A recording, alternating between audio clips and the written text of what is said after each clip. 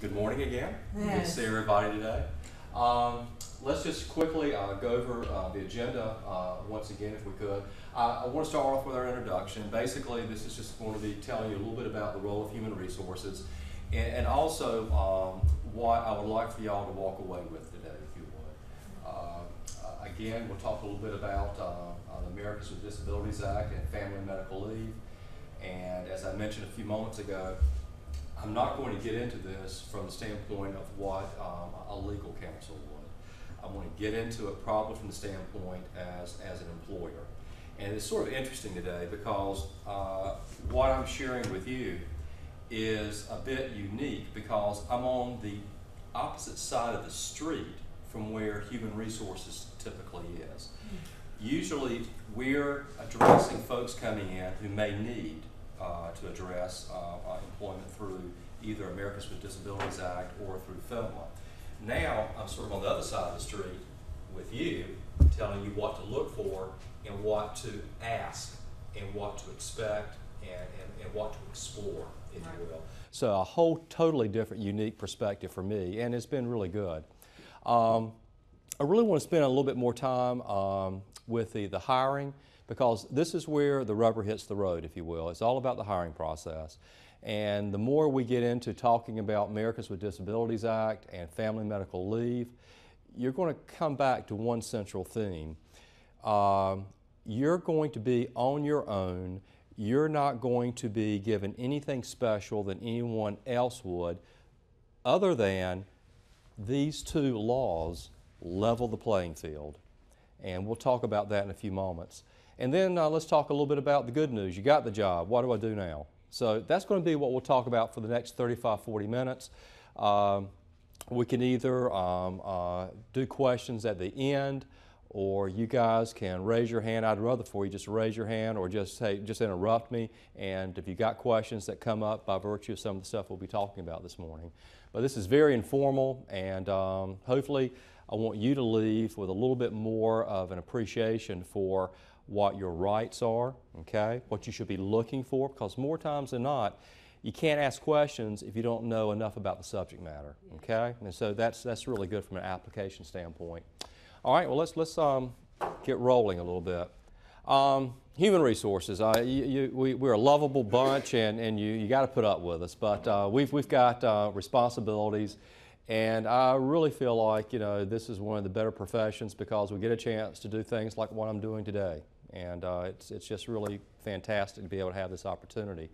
But really, HR is the gatekeeper, if you would, to employment and advancement opportunities. When you have found or you are within an employer's environment that is one that either you have an opportunity with or you're looking for an opportunity with, they're good folks to know. They really are. And again, HR's job is to facilitate locating, hiring, retaining, and the advancement of the most qualified applicants and employees to provide optimal service delivery. And one of the things that we're going to go back and forth on throughout the next 30 minutes or so is most qualified applicants. And one of the things that I think individuals who need ADA or FMLA maybe fail to recognize sometimes is that you can be as or more qualified than someone who doesn't need ADA, you just don't know it, okay? And part of what ADA does in FMLA, as I said before, it levels the playing field. It gives you the opportunity to be able to shine when in past years there were biases that were unfair, okay? It's not meant to give you a disadvantage, others a disadvantage, or you a unfair advantage. It's meant to level the playing field and remove from consideration what shouldn't be considered. Does that make sense? Okay. And of course, HR's mission is driven by your qualifications and your experiences. And again, we'll talk a little bit about you can't apply, you cannot receive a job if you aren't qualified and if you don't have past experience. Those things sometimes can be overshadowed by disabilities. And again, part of what ADA is, it removes that so we can concentrate on one thing and one thing only, and that's your ability as an applicant or as an employee to do the right thing and do the best job that you can as a employee. And at the end of the day, what I would like to hope is that you'll have ways to enhance your appeal to an employer and make your status as someone recovering from a stroke less significant and hopefully completely irrelevant in the employment process, which is sort of what I've been talking with you about for the last couple of moments. And how nice that would be to have your scenario totally irrelevant when you're going and you're looking for employment with someone here locally or anywhere else for that matter.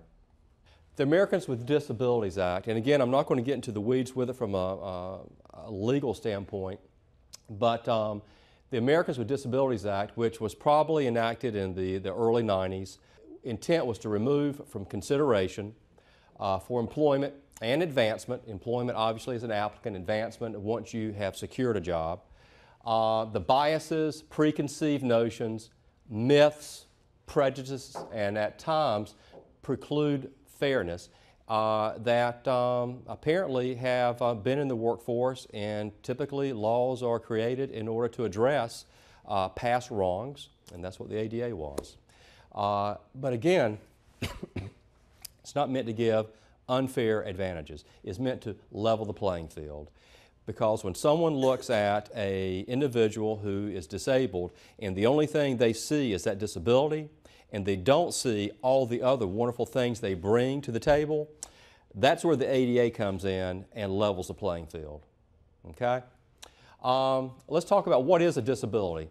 A disability is defined as an impairment that substantially limits one or more major, and this should be life activities. And examples of disabilities are stroke, okay, cancer, diabetes, cerebral palsy, HIV, AIDS, all these things can be considered a disability. And again, it's something that is defined as an impairment that substantially limits, excuse me, one or more of these things, major life activities. And they are what they are: seeing, the ability to hear, sleep, bend, speak, breathe. You get the impression of what a major life activity is. In a nutshell, the ADA goes after explaining what otherwise could preclude an individual getting a fair shake when they are looking for an employment opportunity. Okay? Any questions? Okay. Again, the Americans with Disabilities Act, it prohibits discrimination against qualified individuals with disability and retaliation for exercising one's rights. And when I talk about retaliation, for the most part what I'm referring to is once, for example, if you are employed and you are seeking your rights under ADA, if the employer for whatever reason retaliates because of that right that you're exercising, this law protects you from that. It focuses on essential job functions and competencies and less on the actual impairment. And let's talk about that just for a couple of seconds. As I mentioned earlier, ADA first came onto the scene back in the early mid-90s. It went through a transformation several years ago. And without getting into the weeds, the transformation basically is this in a nutshell. In the past, most employers and the courts, if you would, were more concerned about someone qualifying for a particular ADA right based upon their disability, okay? So employers and the courts, for that matter, were more concentrated on defining if it was or was not a disability, less on whether or not the person could reasonably do the job. You follow what I'm saying? There's a sort of a very sensitive area here. But what the new focus is within ADA is more centered around reasonable accommodation, less on the disability, more on can the applicant or employee do the job. And that's why we're going to talk a little bit more this morning about essential job functions and competencies. Not meant to give anyone an unfair advantage, but rather to provide all qualified applicants and employees the same considerations based upon essential job functions and competencies. Let's just stop here for a couple of seconds.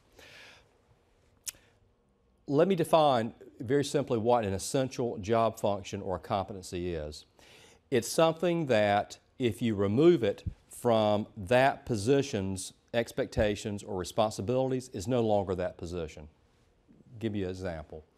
An RN who is unable to give medications is no longer an RN. Giving medications is an essential job function.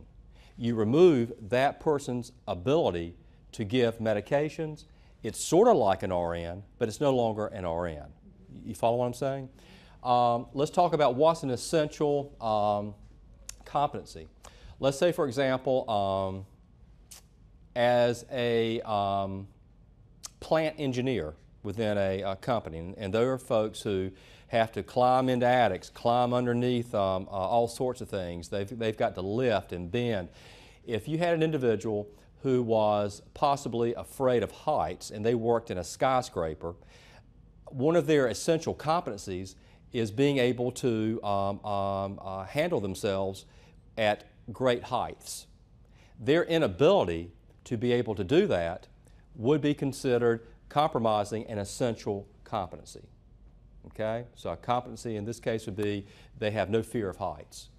It would be very difficult for them to be accommodated by virtue of their inability to function in high places. So those are examples, okay, of what is essential. What ADA does is that it causes an employer to look at one thing and one thing only. Those things that are essential to the job, those things that are intrinsic to that job. And it also allows the employer to push aside, if you would, those things that are not essential, that could be accommodated. And we'll talk about that in a couple of moments.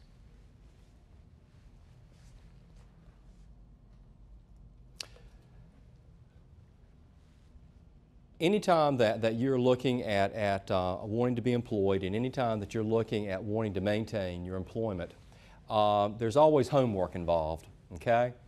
And the hiring process is all about the application. And know the employer you're interested in and who you would like to work with. And these are just 4 very simple things that I would highly recommend from a human resource standpoint. If you're identifying an employer that you would like to make an application with, the first thing I would tell you to do is look at who the employer is and look at what their history is. All this stuff you can go onto the internet and for the most part find very easily. But how impressive it is when you go in for a job interview and you know a little bit about the organization's history. It's extremely, extremely impressive. Know who the leaders are. Know who's the president or the CEO of the organization. Know who their leaders are, and again, very impressive when you're going in for an interview. Know the employer's position within the community. Case in point, Georgetown Hospital System. Know what we do within the community. Again, very simple to go online with probably the vast majority of the employers and find out a little bit about their background. How wonderful it is to sit in an interview and talk about, if you were interviewing with Georgetown Hospital System, to talk about, hey, I saw that you were involved with the YoungStroke Expo. Wow, really liked what you're doing in the community. And that's something that really does make an impression upon an employer. And know the employer's products.